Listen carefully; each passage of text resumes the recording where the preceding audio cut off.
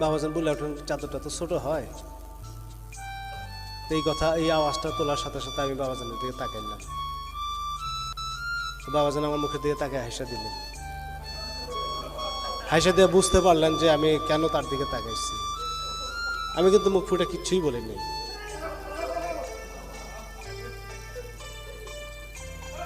পরবর্তীতে বাবাজান ওটা গায়ে থেকে খুললেন না, ওই খাটো অবস্থায় গায়ে দিয়ে কতক্ষণ হাঁটলেন, ঘুরলেন, বাইরে আসলেন, ভিতরে গেলেন।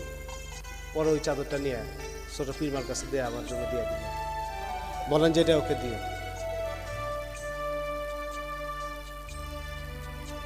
তো ওই সময় চাদরটা যখন আমার কানে আওয়াজ আসছে যে বাবাজান বলছেন যে চাদরটা ছোট হয়, তখনই আমার মনে হয়েছে যে বাবাজান হয়তো কাউকে চাদরটা দিবেন।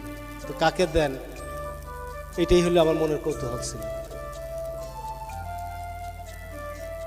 আমার মনে হয়েছে হয়তো উনি এই চাদরটা আমাকেই দিবেন।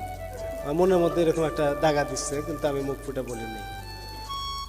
তো পরবর্তীতে পীরমার কাছে ওই চাদরটা দিয়ে দিলেন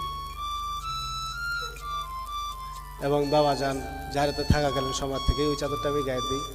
এখন কম ব্যবহার করি এই জন্য যাতে নষ্ট না হয়। ব্যবহার বেশি করলে তো নষ্ট হয়ে যায়।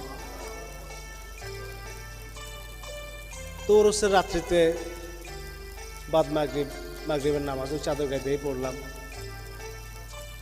তারপরে মিলাদ পড়লাম। অসহ্যকর ফায়াজারা ধরল। তা আমি মনে করি বাবাজানের মূল আদর্শ, মূল লক্ষ্য যে নিয়ামত হাসিল করা, স্টেজ প্রোগ্রামের আমাদের যে মূল লক্ষ্য থাকে, ওটা কিন্তু বাদ মাগরিবই হয়ে গেছে। আমরা পরের দিন যেটা করছি এটা হলো ফর্মালিটিস, একটা আনুষ্ঠানিকতা ছাড়া আর কিছুই না। বরাবর করি, স্টেজে গিয়ে দাঁড়াই বা বসি, সেজন্যই করা। কিন্তু মূল লক্ষ্য কিন্তু আগের রাত্রেই হয়ে গেছে।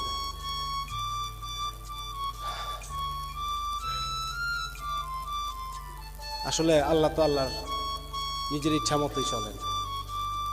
কখন ফায়েজ ওয়ারাদ করবেন, কখন ফায়েজ দিবেন, কখন দিবেন না, সেটা একমাত্র আল্লাহই ভালো জানেন। এটা মানুষের চেষ্টা তদবির সাধ্যের বাইরে। কাজে আমাদের লক্ষ্য থাকা উচিত কোন পথে হাঁটলে মূল লক্ষ্য অর্জিত হয়। কোরআনে আল্লাহ তাআলা বলছেন, রিদওয়ানুম মিনাল্লাহি আকবার। সূরা তওবার একটা আয়াতের একটা ছোট্ট একটা অংশ। অর্থাৎ আল্লাহর সন্তুষ্টি সবচেয়ে বড়। আমরা নামাজ পড়ি, ফাতিহা পড়ি, সাহাব ইসলামি করি, যা কিছু করি, রোজা রাখি, ইবাদত বন্দেগী করি, কি জন্য করি?